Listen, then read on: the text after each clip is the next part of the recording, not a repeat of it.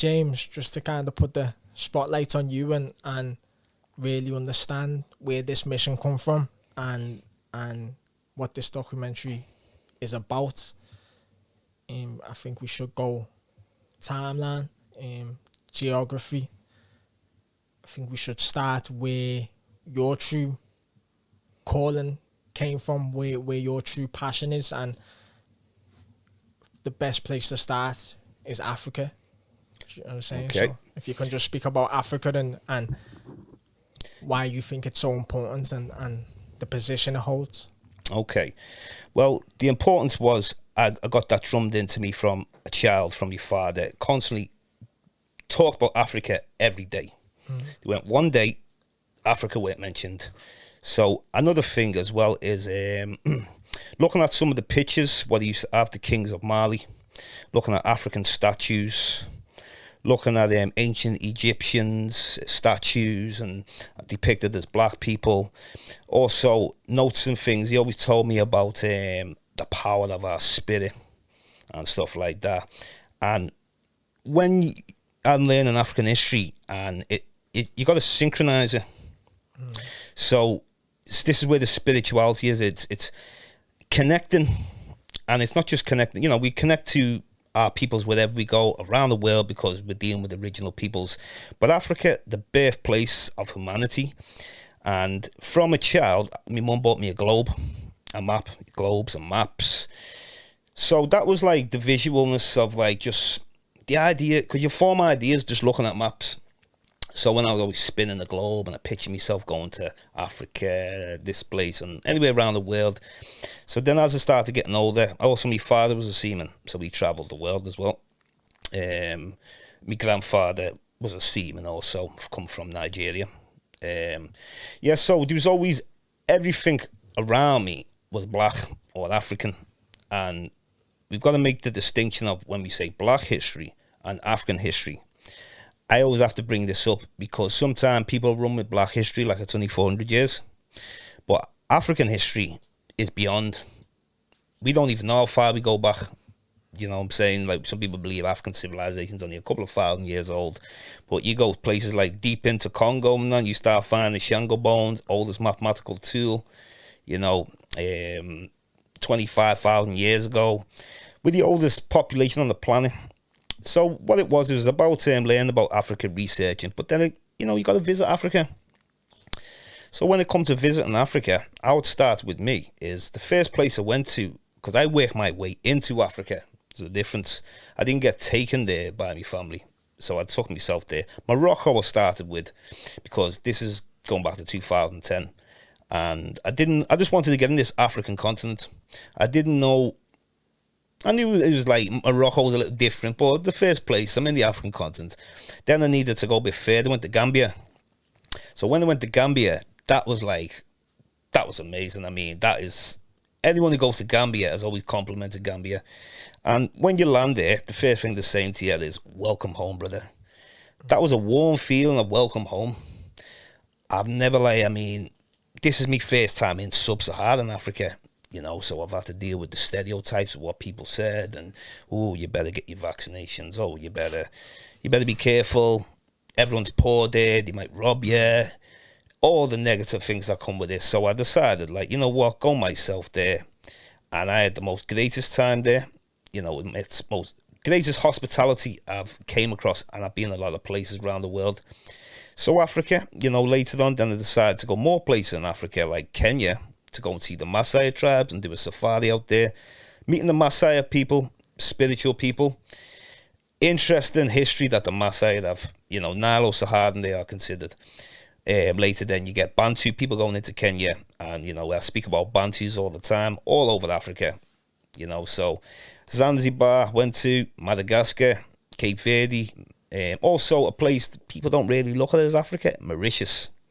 We can go back to Mauritius, the Moors, you know what I'm saying? So we can go deep into that. So it was about traveling around Africa, getting the African experience, feeling the African spirit, and connecting with the African people who are our people anywhere, wherever we go on this planet, brother. You know what I'm saying? So would you say that Africa is the homeland of the original peoples of the earth, or would you?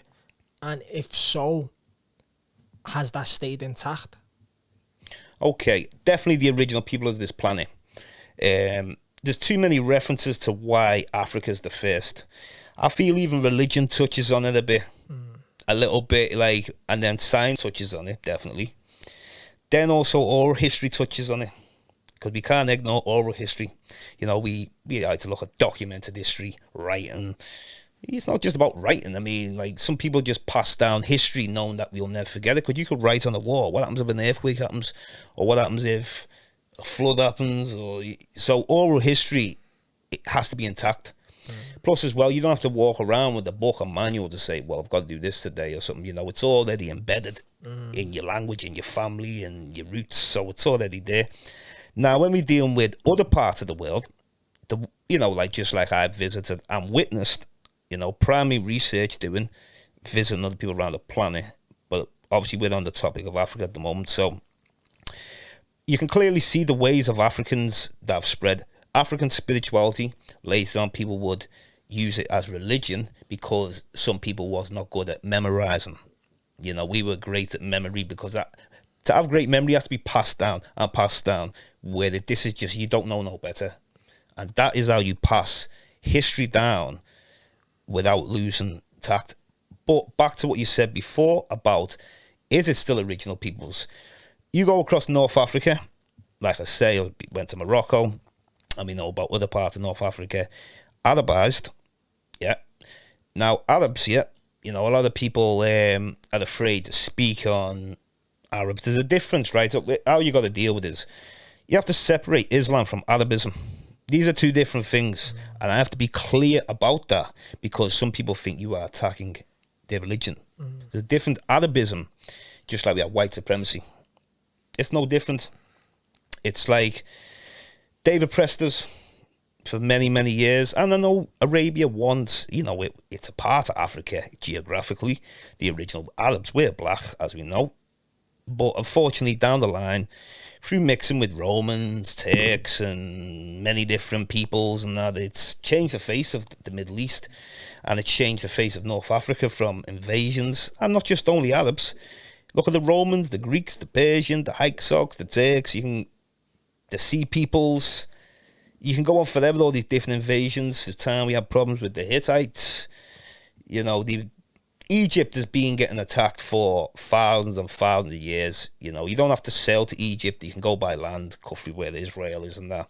So look at the contributions of what Africans did around the planet. Nothing can compare with that. Africans, definitely the source, definitely the place of original people and original knowledge, original teachings, and as we say, melanated peoples. Yeah. Most definitely. In terms of the original tribes, could you highlight some tribes which are the most original, and also their position in their countries at the moment? So I'd say, always going back to the majority of people, Bantu peoples, the majority.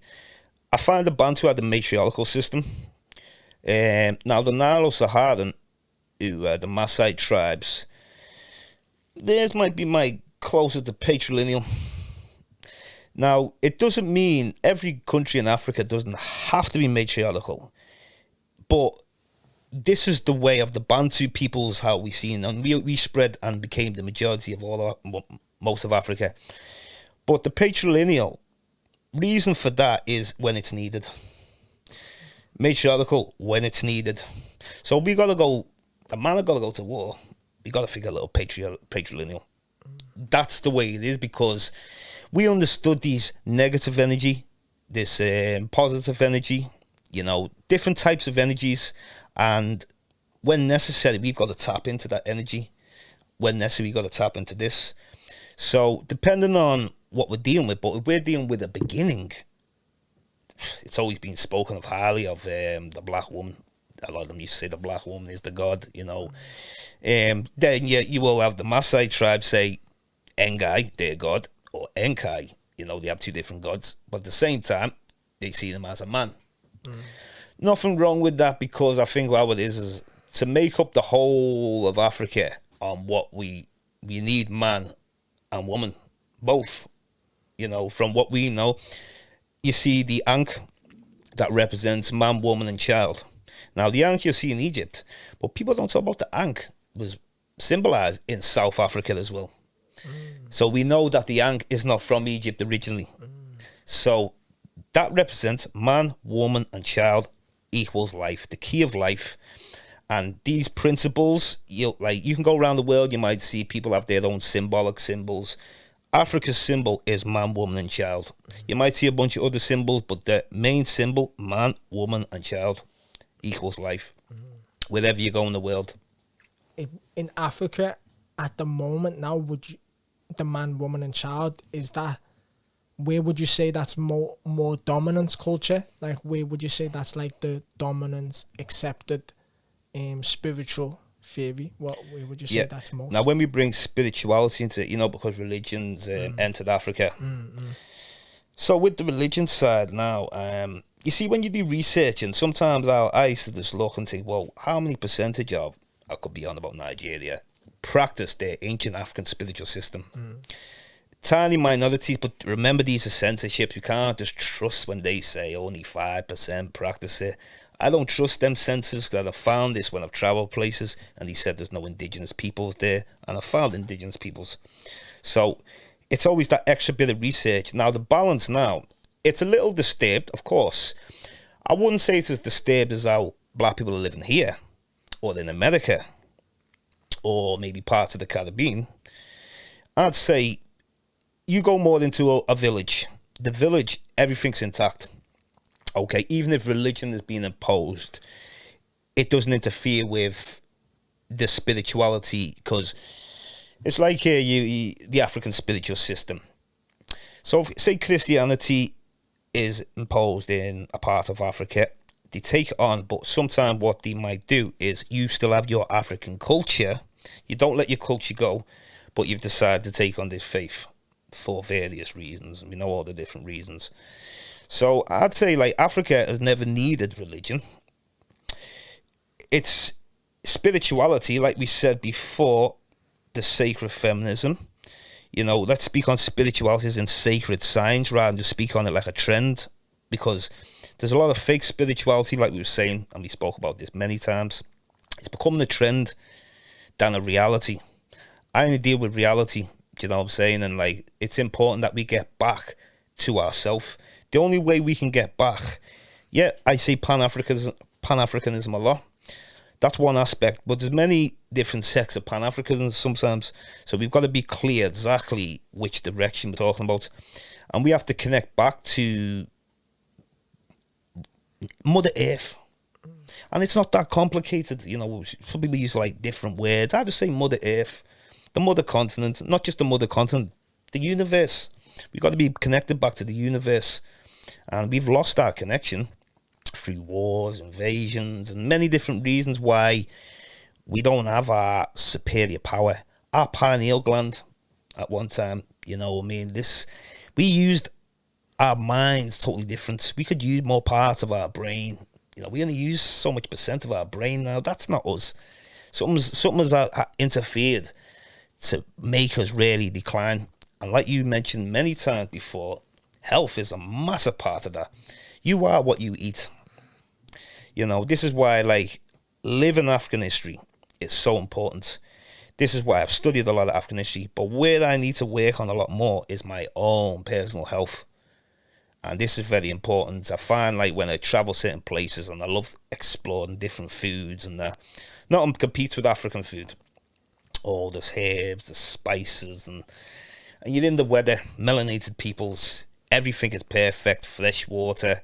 But they always do things like try to contaminate the waters, many places and that. So it's about independence, and we can only do stuff independently. We cannot do stuff through a third party. Otherwise, we'll be going backwards. That's how I see it. Yeah, definitely. So in terms of that African culture and that true culture of that oneness and Mother Earth and man, woman and child, if you was to say a different part of the world now, where has that passed down, or where is that spread out to? And are they original peoples, or are they different and they've learned from Africans, or is it been Africans spreading out, and how's that worked? Interesting question, because when we're dealing with the first humanity coming out of Africa, spread round Africa, and I won't even give a date because, well, they say 200,000 years Ethiopia, then later they found fossils in Morocco, 300,000 years. But I don't play with the dates. Like I say, we could be millions and millions and millions. I don't even want to give a date because... So, people, when they spread around Africa, after that, they're going to move around the planet. So, Asia, they're going to take a coastal migration. You've got the Red Sea, which, if you go back 100,000 years ago, the Red Sea was very much more closer. People actually got to the other side on tree trunks. That was one way out. You got across, you know, didn't that, well, before they had the technology of boats. So they worked their way into Saudi Arabia. Saudi Arabia, they're going to go around, because this is a coastal migration, because one thing about these first Africans that left, they seem more clever than the rest of them. When I say clever, the ones who stayed on the coast, that showed me their mentality. Also, they wanted to stay. It was easy to find a way into Asia by staying on the coast. So come through Arabia, the Persian Gulf, going into India, China, Japan, Southeast, you know, all these areas, and then you got a wave that goes into ancient America. This was because you got different haplogroup A, B, C, D, and all these ones. So the first wave, they would have crossed the Bering Land Bridge, which is, you know, where Alaska is, and that. One time it was green, and you could cross over there before all this ice. So Africans first got there. You'll see traces like Lucia in Brazil. That she's one of them. Then later on, you're going to get Mongoloid waves going to ancient America way, way later. But we had many, many waves of black people going to America anyway. Starting with the oldest would be documented, Lucia in Brazil, many times mentioned that. Also, you've got in the Virgin Islands, 1250 AD, you found skeletal remains of Africans, two Africans, and they had clay vessels around the wrist. The Virgin Islands, that was. Phoenicians going there, like Carthaginian money that was found in Ecuador, Peru, buried under the ground. Also Polynesians, Pacific Islanders, Melanesians, they would have got there. Easter Islands is only not that far away from South America. Plus you got the Polynesian DNA in some parts of people in the Amazon. You got the Austro-Melanesian type, which is like, they said Lucia, they believe she was an Austro-Melanesian type. Probably sailed by boat, most likely. Seafarers, and this connection of Africa influencing the world. So when we deal with, like, say, and obviously the Olmecs I forgot to mention before, Mexico. So let's look at Asia, because I believe Asia would have been one of Africa's first places which they went to. So, like I said, we left Africa a long time ago, could be 90,000 or 100,000 years. Later, we're going to bring the seeds of civilization after that. So this is going to be other waves now coming from Africa. This wave is going to introduce the planet to, I wouldn't just say spirituality, because I believe when we first left Africa, we took it with us. I believe we've always been spiritual. I don't believe our spirituality only came a couple of thousand years ago, just like religion only came then. So definitely we took our African spirituality, and I can see when I meet the Australian Aborigines, I'm studying these people, and I can see you still got that connection with the motherland. So then anyway, you're going to get a later, they say dealing with African, say 10,000 years ago, I want to deal with round about these times. About 10,000 years ago, I'd say, there's evidence of Africans going into places like India. Now, there's different type of Africans, you see, because not all Africans are all the same. East Africans, yeah, from Ethiopia, they would have entered through the monsoon winds going to India. 6 months blows to India, 6 months blows to Africa. So they would have, like, you know, spent some time in India. This is even before the Indus Valley civilization, because there was evidence of trade with Africa. Africans in China 3,500 BC. So they were raising silkworms. You know, there was a lot of, like, trade purposes. They were there. Also in India. Now, the people called Dravidians, there's these people called Dravidians in India. And I remember I was asking the Grandmaster, Ranoka Rashidi, when did the Dravidians come to India? So the Dravidians weren't direct descendants that first went into India, because we have to deal with different waves that went into India. So dealing with the first wave, you see people like in the Andaman Islands, the short dominions of black people, where we find them everywhere in rainforests. Those are the first that entered India. Second wave, which might only came in the last 10,000 years after that, these describe them coming from the Mediterranean area. Now, when we say Mediterranean, what is the Mediterranean?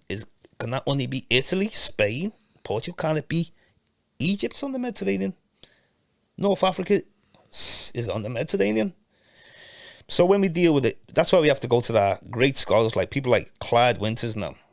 Dr. Clyde Winters, he's actually one of the men who he actually inspired the Grand Master Ranoko Rashidi, believe it or not. So Clyde Winters was one of the earliest on all this stuff. And he's describing, Clyde Winters, that all these linguistics that tie Africa and Asia together, linguistically, religiously, spiritually, everything you'll see that connects us. So later on now, these Dravidians now, he believes that the Dravidians were in the middle of Africa before the Sahara Desert was a desert. Then when it started drying up, they started moving towards Egypt, Sudan, Ethiopia, and became the Elamites of Persia, which is Iran. They became the Sumerians of Sumer, and also the Indus Valley civilization. So this kind of research, Europeans don't touch on this too much. They don't deal with it too much, because the Sahara Desert, before, when that was green, lush, I guarantee you there would have been more civilizations in Africa. That would make a decline. That would decline civilization. People would have to move toward Nigeria or towards Egypt and leaving Africa. So these black people in Asia who have witnessed them myself. Let me start off with Sri Lanka and we move in. Sri Lanka, I went to meet the Veda people. That was a great experience, Sri Lanka. I just took myself there, got picked up by a person who I hardly knew. I just knew talked to a shopkeeper one time, and then he said there's brothers out there. And I'm one of them type of people. I'm quite fast at making connections. I'm going to Asia soon. So we like being with his brother, staying like in a village, rural, Kuranagala. And I said, I want you to take me a place called Dambana. And Dambana is where the Veda people are. Now the Vedas now, if I look at the Veda people, they're a bit similar to the Aboriginal Australians. Very similar. Like, majority of them have curly to straight hair. Majority. But you will see some with afros, though. And they're the even older traces. They're the ones I'm looking for the most, though, to the afros. Found about 2 of them. But maybe you've got to go deeper into there in the rainforest. So the Vedas now, they're very interesting then, because there was a time when Indians went to Australia about 4,000 years ago. Their DNA is in some Aboriginal Australians 4,000 years ago. Now, Dr. Clyde Winters, when he speaks on it, he said they were Dravidians that went to Australia. So a European speaking on, they're aware of this migration from India to Australia 4,000 years ago. They don't use the word Dravidians, they just say India. So what it makes you do is it lumps everyone in one category when you just say Indian people went there. When you say Dravidian, you are talking about specific Indians. When you talk about people like the Jarawa people in the Andaman Islands, you're talking about different Indians. Because one thing about India, what I learned, I was studying a lot of people's DNA there. I was on like research on the internet, and I was looking at many different Indians and Sri Lankans.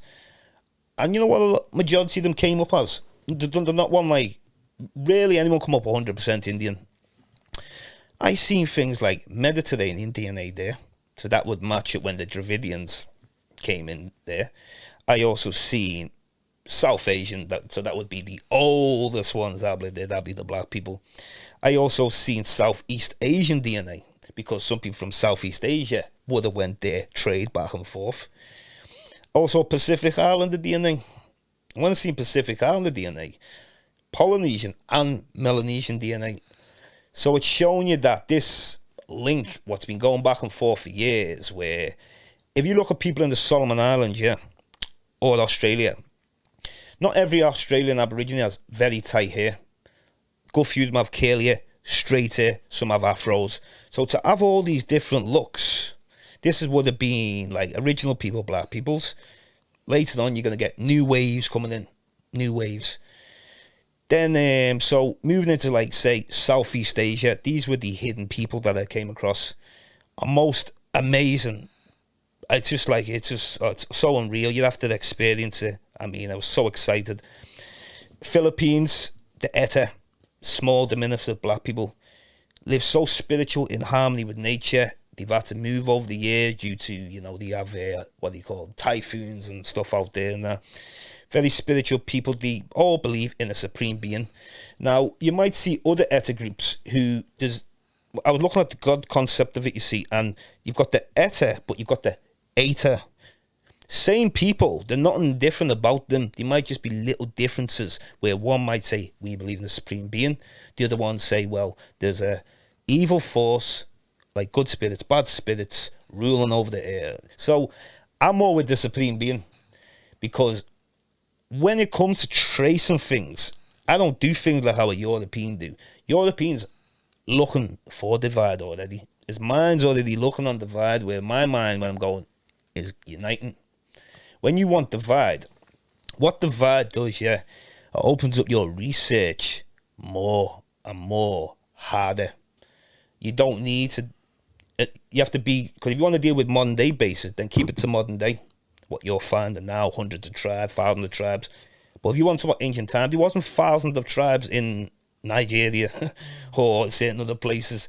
You know, people have formed their own tribes as they do. So we've got to be honest about it.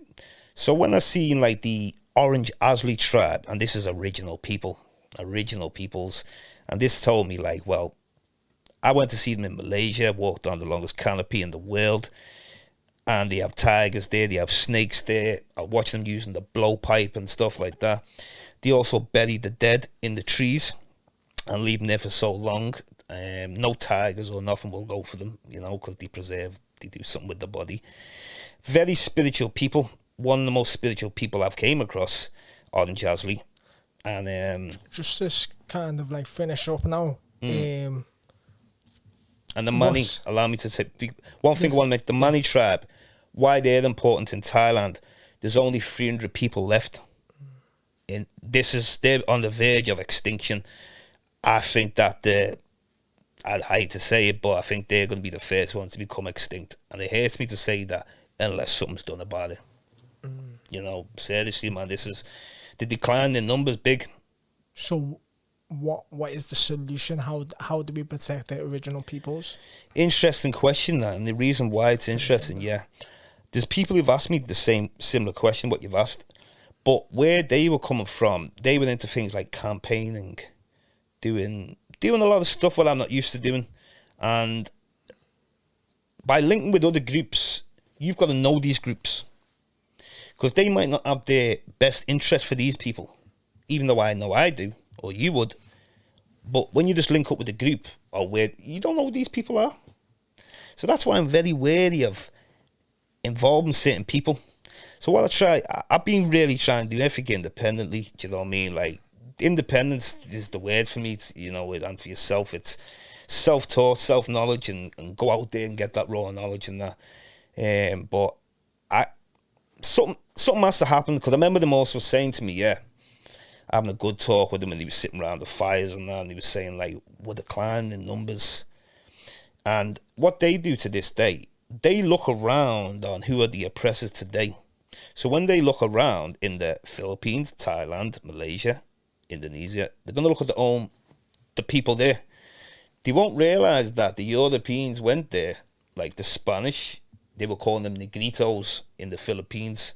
And so back then, when you call someone negrito, you're calling us the N-word too.